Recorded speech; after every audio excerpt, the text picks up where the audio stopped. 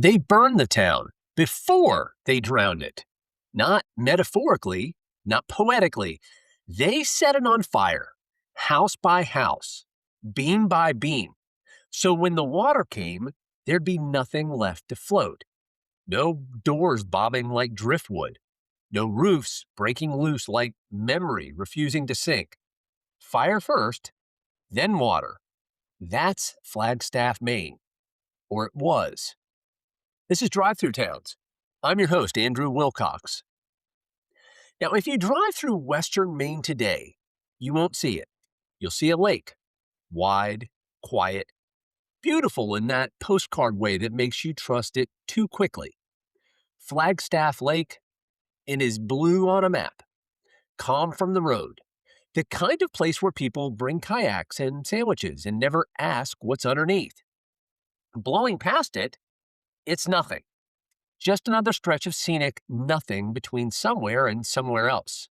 But slow down, pull over, let the engine tick itself quiet. Because under that water is a town that didn't die. It was just removed. Flagstaff wasn't supposed to be temporary. It sat low in a broad, generous valley along the dead river, a name that feels like a warning you only understand later. The soil was rich, the seasons predictable enough, farms spread out like open hands. Timber moved through the river in long, droning caravans of logs, men riding them like they had something to prove. This wasn't a boom town with a short fuse. It had weight. Schools, post office, general stores that smelled like coffee, kerosene, and cold mornings. A place that assumed it would still be there in 100 years. And in a way, it already had been. The name Flagstaff traces back to 1775. Benedict Arnold. Yes, that Benedict Arnold, before the betrayal, before the footnote, dragged a starving, freezing army through this wilderness on the way to Quebec. Somewhere near here, he planted a flag, a gesture of claim, of presence, of we were here, and it stuck for a while. The problem wasn't the people. It wasn't even the town. It was the shape of the land. Flagstaff sat in a basin, a natural bowl, perfect for farming, perfect for holding water. And in the early 20th century, someone looked at that bowl and didn't see crops or homes or history. They saw storage. Hydropower was the future. Electricity for mills, for cities, for places that pulsed and grew and demanded more. And rivers. Rivers were the battery of that world. Enter Walter Wyman, president of Central Maine Power. Not a villain in the theatrical sense. No mustache to twirl, no speeches about conquest, just a man in a suit with a map and a mandate. Control the Kennebec River. And to control the river, you control the flow. To control the flow, you need a reservoir. And to build a reservoir, you need an empty valley. They started buying the town in the 1920s. Not all at once, not dramatically, quiet transactions. Deeds signed at kitchen tables. Families weighing money against memory. Practicality against place. Some sold early. Some held out. Some refused entirely. But time has a way of narrowing choices. By the 1940s, the decision had been made somewhere far from Flagstaff. The Long Falls Dam would be built. The valley would be flooded. The town would go.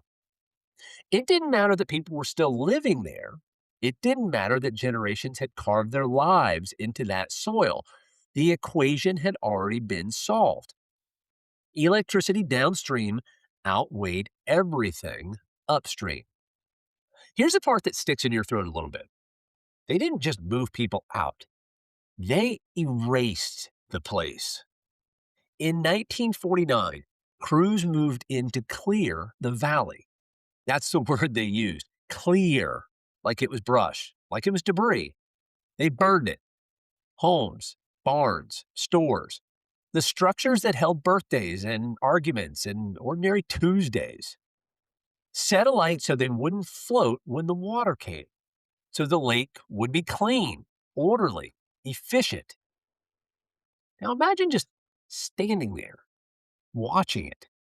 Your neighbor's house going up first, then yours. Not abandoned, destroyed. Some residents held what were essentially funerals for the town. Gatherings not for a person, but for a place.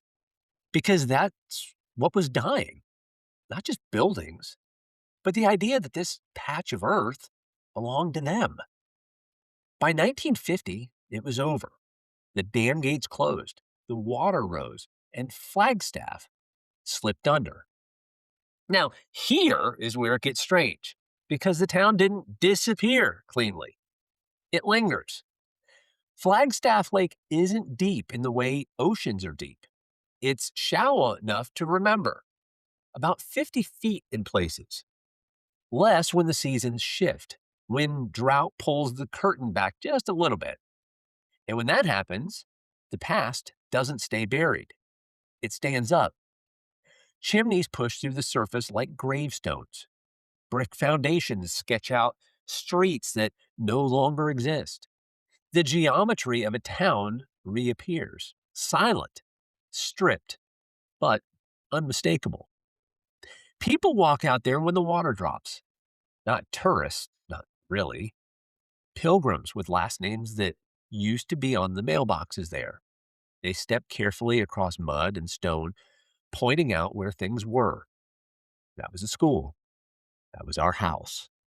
No plaques, no markers, just memory doing the work of signage. And sometimes, this is a detail that feels almost cruel in its gentleness. Old apple trees still bloom, planted by people who assumed someone would always be there to pick from them. And now they flower on the edge of a lake that shouldn't exist, bright and seasonal, completely indifferent to what happened. Today, the area isn't even a town. It's what Maine calls an unorganized territory, which is a bureaucratic way of saying this place no longer has a civic identity. No mayor, no town hall, no official sense of self. It exists as absence, but it's not empty. In winter, ice fishing huts dot the frozen surface, little boxes of warmth hovering above what used to be kitchens and bedrooms. In summer, boats cut across the water, their wakes rippling over submerged roads. People laugh out there. They relax, they take photos. And none of that is wrong. It's just layered. Because beneath every cast fishing line is a floor. Beneath every drifting shadow was a wall. Beneath the easy surface of recreation is a decision made decades ago about what matters more: power or place, progress or presence. And here's the uncomfortable part: Flagstaff is not unique. It just happens to be visible sometimes. All across the country, there are places like this. Towns moved, flooded, paved over, quietly traded in for something larger, something louder, something deemed more necessary. We don't talk about them much because the trade often works.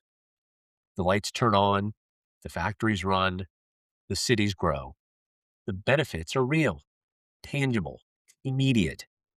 And the cost, well, the cost sinks, out of sight, out of mind, until the water drops low enough and the past pokes through like it's trying to remind you that it never agreed to the deal.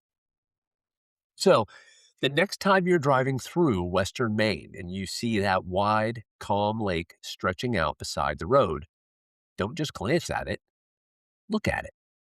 I mean, really, look. Because what you're seeing isn't just water, it's a decision, frozen in place, held back by a dam miles away, a landscape repurposed into a tool. And under that surface, arranged in quiet rows, are the remains of a town that once believed it was permanent. A flag planted in the wilderness, a main street that led somewhere, a collection of lives that didn't end. They were relocated, reclassified, reduced to memory and mud and the occasional outline of a chimney when the lake gets thirsty. The water is still now, almost too still, like it knows. And if you wait long enough, with the engine off and the world dialed down, you could feel it. That faint, stubborn presence beneath you. Not gone, just held down. And every so often, when the conditions are right, it rises just enough to be seen before slipping back under, like a story that refuses to stay buried, but knows exactly how it ends. This has been Drive-Thru Towns. I'm your host, Andrew Wilcox. A special thanks to Chloe Jones for providing our music. If you enjoyed this journey, please follow the podcast to stay updated on all our upcoming episodes. To keep the conversation going, you can connect with me on Instagram at 50 State Family. Find me on LinkedIn under Wilcox Legal, or reach out directly via email at wilcoxlegal@gmail.com. Thanks for tuning in, and I'll see you on the next road. 'Cause I was wandering free on an American dream with a million things to see and do. But it's all good, I'm fine. Had the time of my life, 'cause I did it all.